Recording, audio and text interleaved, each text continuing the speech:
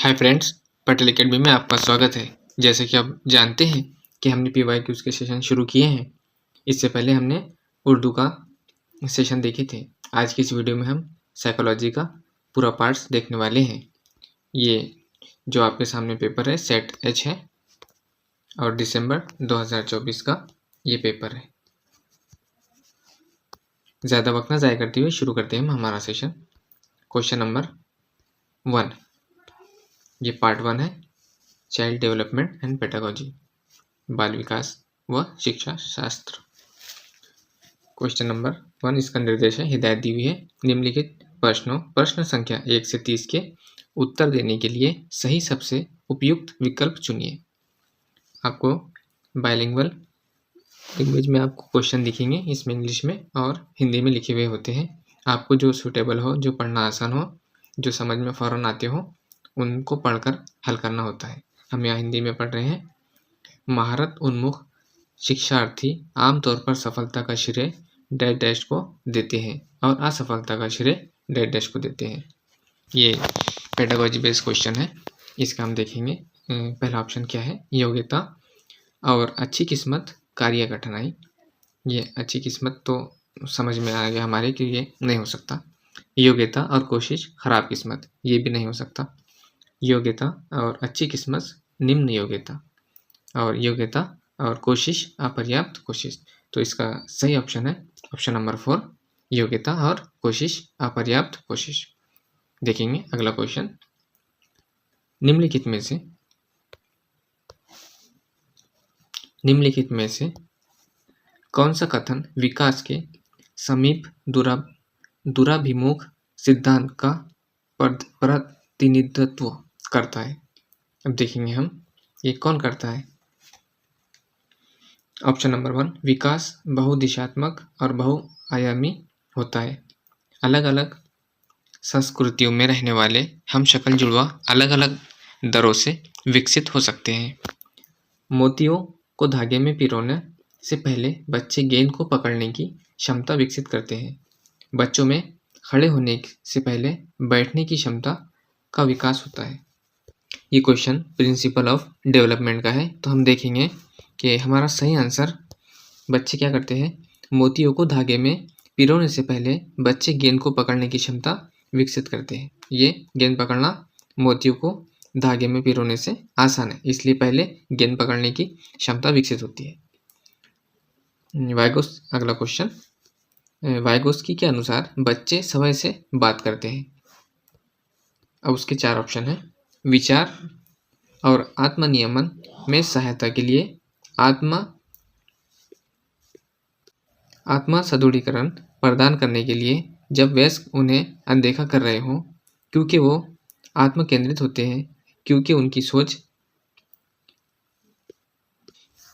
हमारा इस क्वेश्चन का सही आंसर ऑप्शन नंबर 1, वाइगोस्की के अनुसार बच्चे समय से बात करते हैं क्योंकि विचार और आत्मनियमन में सहायता के लिए बच्चे बात करते हैं। अगला क्वेश्चन है, सामाजिक संचार में चुनौतियां किस में स्पष्ट होती है?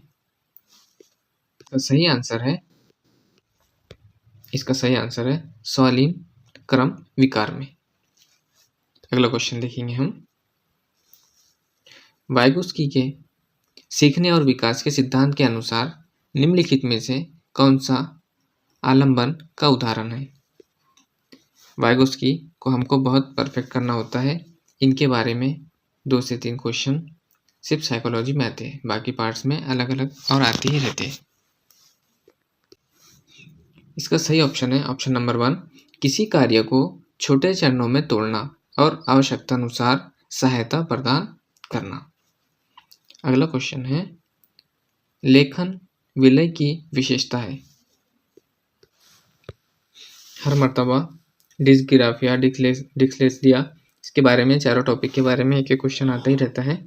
डिस्ग्राफिया के ये डिफिकल्ट इन राइटिंग है, यानी लिखित कार्य में चुनौती है।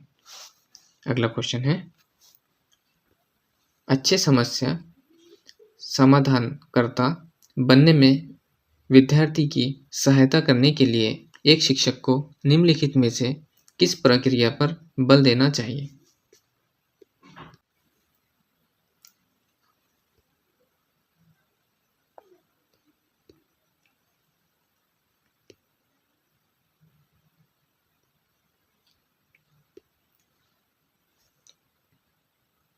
इसका सही ऑप्शन है ऑप्शन नंबर 1 ए सही है लेकिन आर गलत है।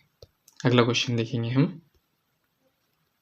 रचनावादी दृष्टिकोण से क्या हो सकता है? रचनावादी दृष्टिकोण, इसका सही ऑप्शन है ऑप्शन नंबर 3 सीखना वर्तमान समझ का विस्तार और परिवर्तन है। सीखना वर्तमान समझ का विस्तार और परिवर्तन है। अगला क्वेश्चन, ये भी कथन और उसका कारण है। क्वेश्चन नंबर 8 भी कथन और कारण प्रथा। प्रभावी शिक्षक खुद को शिक्षार्थियों के दैनिक जीवन और उनकी सामाजिक सांस्कृतिक पृष्ठभूमि से परिचित कराते हैं। कारण है सीखना एक सामाजिक संदर्भ में होता है। अब यहाँ से हमको सही विकल्प चुनना है। ऑप्शन नंबर 1 ए सही है लेकिन आर गलत है।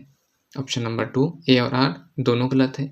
ऑप्शन नंबर 3 ए और आर दोनों सही है और ए की आर सही व्याख्या करता है।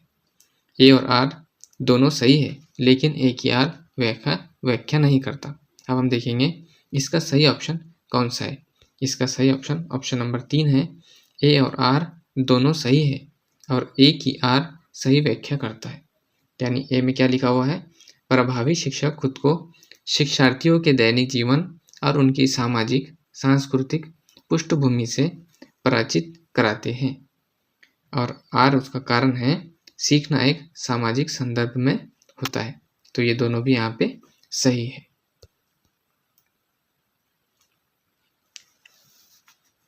अगला क्वेश्चन है meaningful learning is primarily not about. अर्थपूर्ण अधिगम मुख्य रूप से किसके बारे में नहीं है?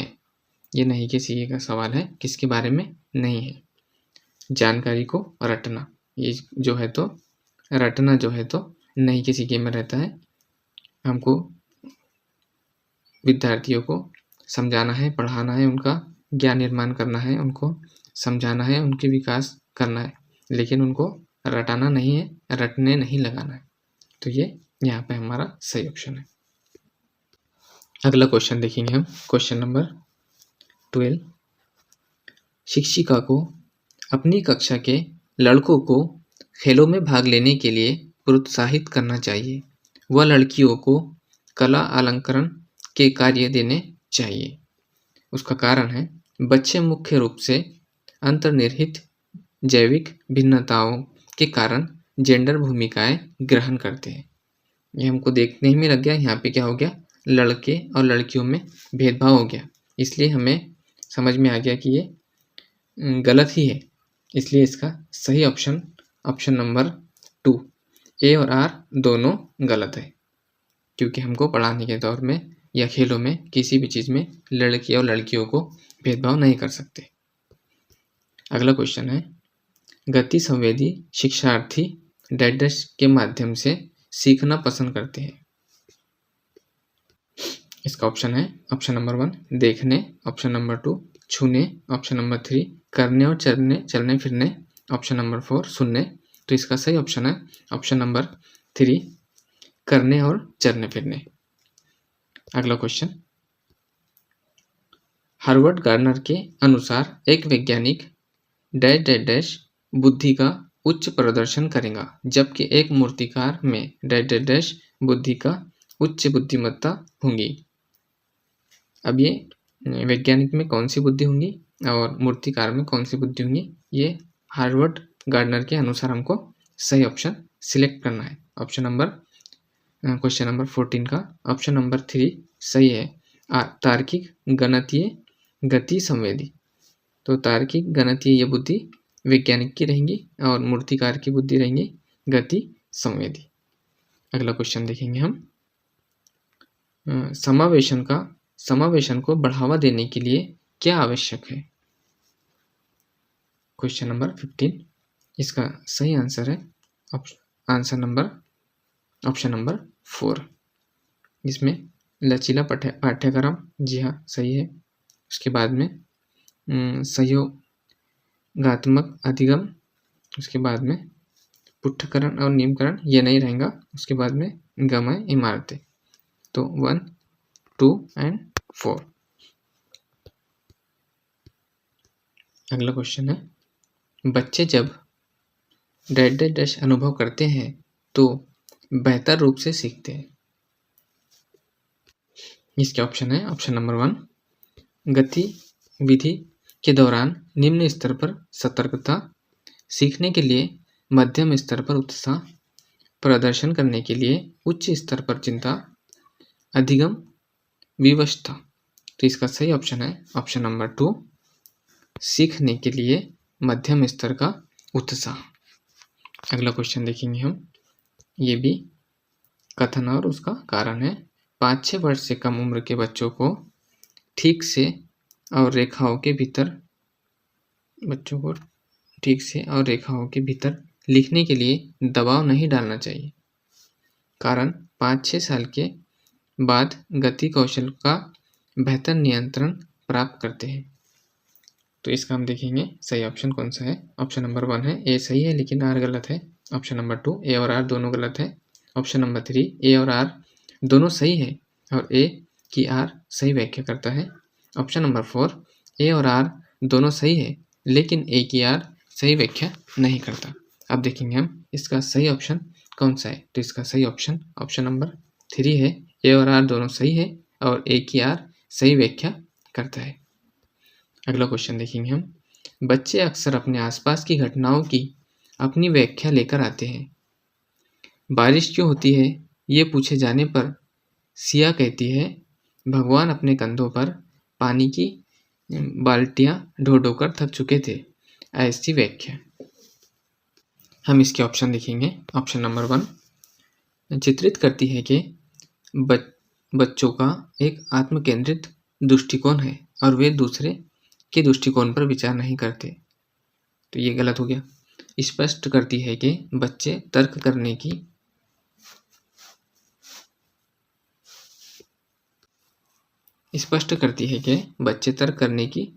तर्क करने में सक्षम नहीं है। नहीं, ये भी गलत हो जाएगा। उसके बाद है, साबित करती है कि बच्चों की सोच वयस्कों की तुलना में मात्रात्मक रूप से बहुत कम है। ये भी सब बच्चों की निगेटिव सेंस में है। अगला है चौथा, ये हमारा सही आंसर है। संकेत देती है कि बच्चों में अपने सांस्कृतिक परिवेश के अनुकूल सहज समझ होती है जिससे वो घटनाओं को समझने की कोशिश करते हैं। जी हाँ, ये हमारा ऑप्शन नंबर 4 सही है। अगला क्वेश्चन देखेंगे हम, प्याजे ने संज्ञानात्मक विकास का किस प्रकार वर्णन किया है। जीन प्याजे के बारे में आता है और उन्होंने संज्ञानात्मक थ्योरी दी है। अब उसका यहाँ पे डिटेल्स में पूछा है कि क्या है। अब इसका हम देखेंगे, एक सतत निरंतरता के रूप में, 4 अतिव्यापी संस्कृत विशिष्ट चरण में, 4 गुणात्मक रूप से भिन्न चरण में, 3 प्रगतिशील स्तर में। अब इन्होंने किस तरह दिए हैं, हम इनको डिटेल्स में पढ़ेंगे तो हमको फौरन आंसर आ जाता है। इसका सही ऑप्शन है ऑप्शन नंबर 3, 4 गुणात्मक रूप से भिन्न चरण में। अगला क्वेश्चन देखेंगे हम, क्वेश्चन नंबर 20, विद्यालय में खेलने के समय ऋषभ एक 7 वर्षीय लड़के के खेलने के लिए एक गुड़िया उठाई। उसे कुछ साथियों ने उसकी इस पसंद के खिलौने के लिए उसका मजाक उड़ाया।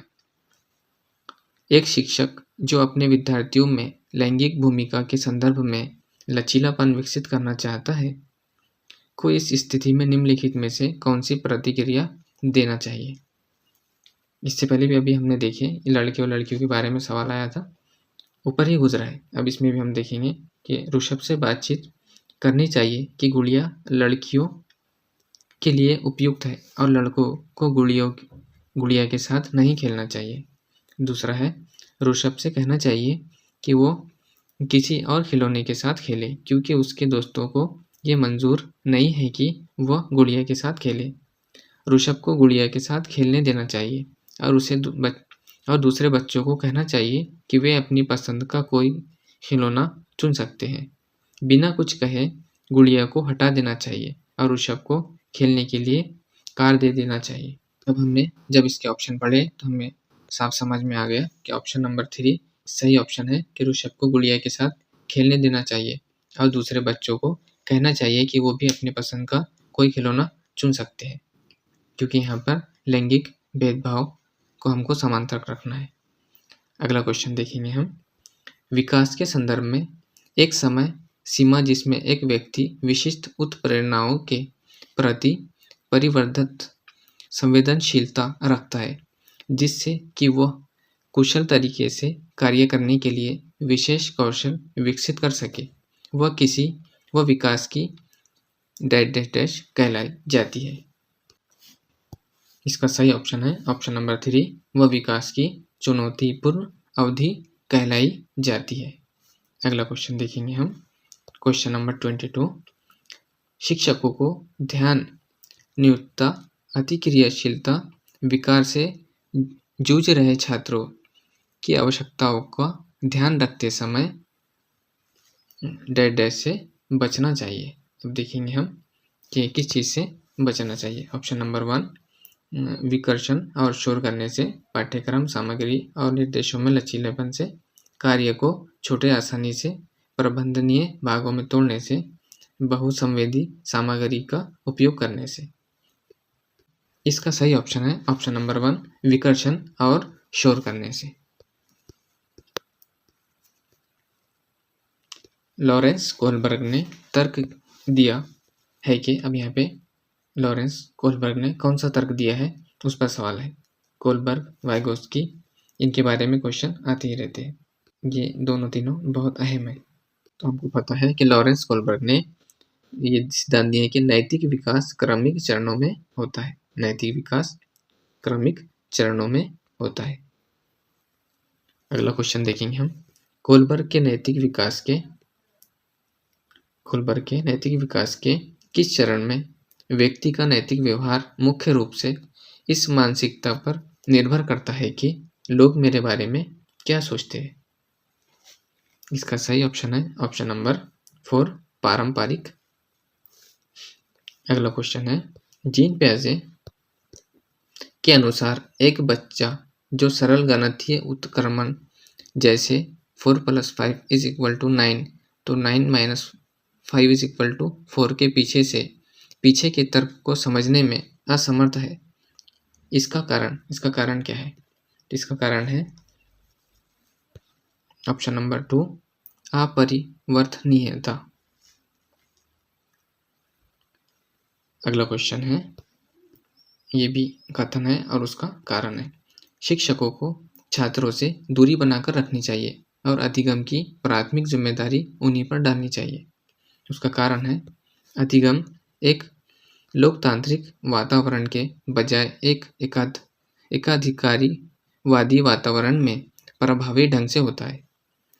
अब देखेंगे हम, इसका सही आंसर ऑप्शन नंबर 2 है। ए और आर दोनों भी गलत है।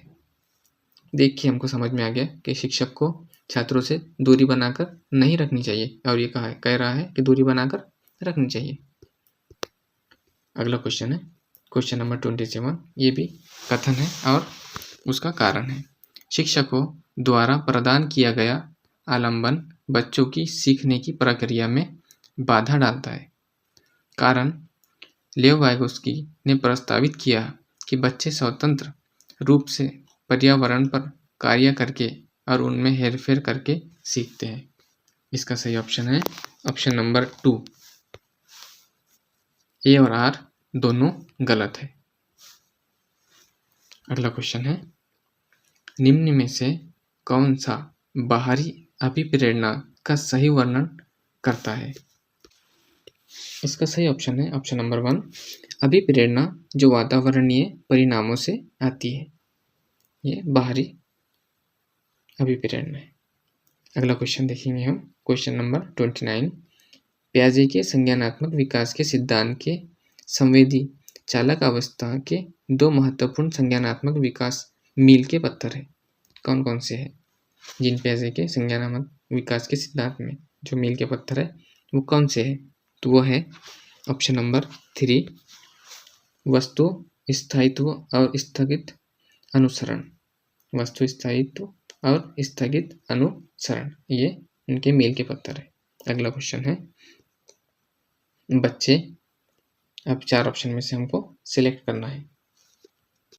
हम देख रहे हैं कि इसमें ऑप्शन दिया हुआ है कि बच्चे अनियंत्रित पैदा होते हैं, और उन्हें सामाजिक होने की आवश्यकता होती है। बच्चे इस दुनिया में आनुवंशिक कोड के साथ आते हैं जो उनकी नियति तय करते हैं। बच्चे उस सामाजिक सांस्कृतिक संदर्भ में बहुत प्रभावित होते हैं जिसमें वे बड़े होते हैं। बच्चे इस संसार में खाली स्लेट या कोरी पट्टी के रूप में आते हैं। तो हमने चारों ऑप्शन पढ़े। चारों ऑप्शन में से हमें सबसे बेहतर ऑप्शन नंबर 3 लग रहा है कि बच्चे उस सामाजिक सांस्कृतिक संदर्भ में बहुत प्रभावित होते हैं जिसमें वे बड़े होते हैं। जो समाज में हम बड़े होते हैं उस समाज से हम उस एरिया से हम जो है तो प्रभावित होते हैं। तो दोस्तों ये था हमारा PYQs के सेशन में साइकोलॉजी पार्ट 1 में साइकोलॉजी पूरा सब्जेक्ट हमने देखे हैं। इसमें पेडागोजी और साइकोलॉजी के दोनों के क्वेश्चन थे। सेशन आपको कैसा लगा ज़रूर बताइए और चैनल को सब्सक्राइब कीजिए और अपने फ्रेंड सर्कल में इस वीडियो को शेयर कीजिए ताकि CTET की तैयारी करने वाले तमाम एस्पिरेंट तक ये वीडियो पहुंच जाए।